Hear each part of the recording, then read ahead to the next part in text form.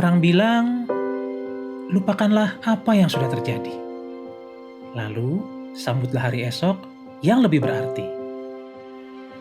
Tapi, saya percaya, apa yang terjadi bukanlah untuk dilupakan, tetapi untuk direnungkan. Agar, jika terjadi kembali di masa depan, kita mampu merespon kejadian itu dengan lebih baik.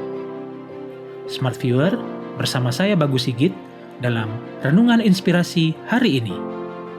Jika renungan ini bermanfaat, mohon bantu like, subscribe, dan aktifkan tombol lonceng agar saya bisa terus mengembangkan channel ini. Selamat mengikuti.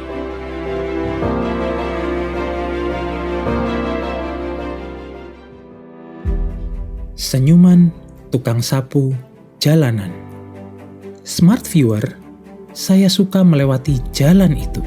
Salah satu daya tariknya adalah karena di situ mangkal tukang sapu komplek perumahan saya yang selalu tersenyum. Kesan pertama saya ialah betapa senyum itu selalu memberi kesejukan bagi penontonnya. Tak peduli apakah ia datang dari wajah tukang sapu jalanan yang pastinya tanpa make up untuk mendandani wajah rentanya. Kedua, betapa senyum selalu mencerahkan wajah pelakunya. Nah, Smart Viewer sekalian, meskipun orang itu jelas-jelas hanya tukang sapu jalanan yang setiap hari bergumul dengan sampah dan daun kering di komplek perumahan yang saya tinggali. Karena selalu tersenyum, ada gambaran damai di wajahnya.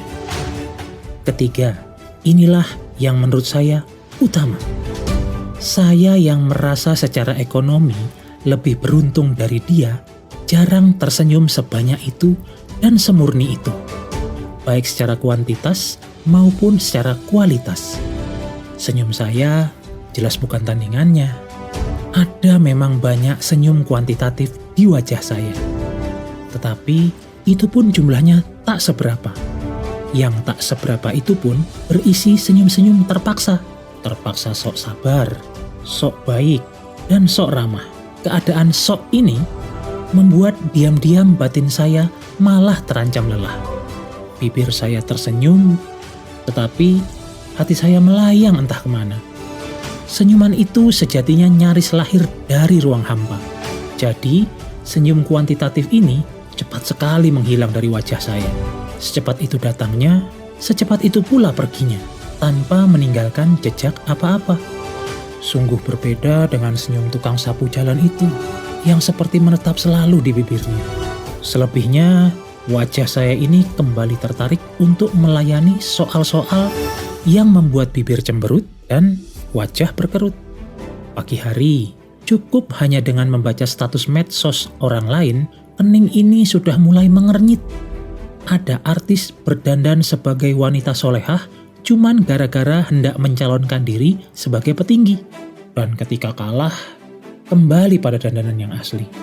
Atau setiap hari ada saja dikabarkan orang mati dihakimi massa saat melakukan pembegalan. Sebuah kematian yang pasti tidak membanggakan bagi keluarga yang ditinggalkan. Dan intensitas ketegangan di wajah ini bisa ditingkatkan lagi jika mau menonton televisi. Semua acara lengkap di dalamnya, mulai dari yang mengundang kejengkelan hingga kemarahan. Jika senyum kuantitatif saja tak seberapa jumlahnya, apalagi senyum kualitatif di wajah saya. Ia hanya datang kadang-kadang saja. Tergantung apakah hari sedang cerah, tetapi jika rezeki sedang seret, tanggal tua, kebutuhan menumpuk. Kok datang seseorang hanya untuk minta sumbangan? Wah, bisa mengepul uap di kepala saya. Hal itu sudah bisa menjadi pemicu yang serius bagi saya untuk marah. Padahal untuk marah, sebenarnya saya ini tidak butuh penyulut yang serius.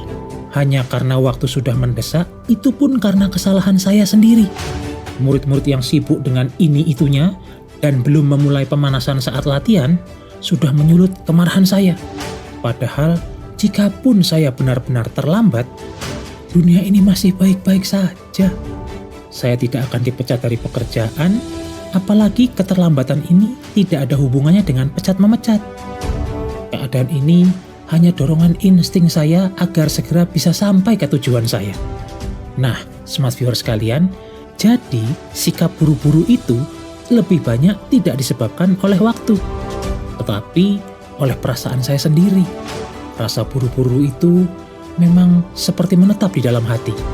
Ada banyak sekali persoalan hidup, termasuk di dalamnya adalah soal-soal yang remeh-temeh. Cukuplah untuk mengusir senyum dari wajah saya.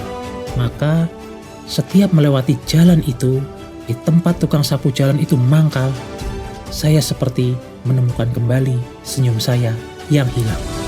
Saya Bagus Sigit, semoga bisa menginspirasi. Terima kasih.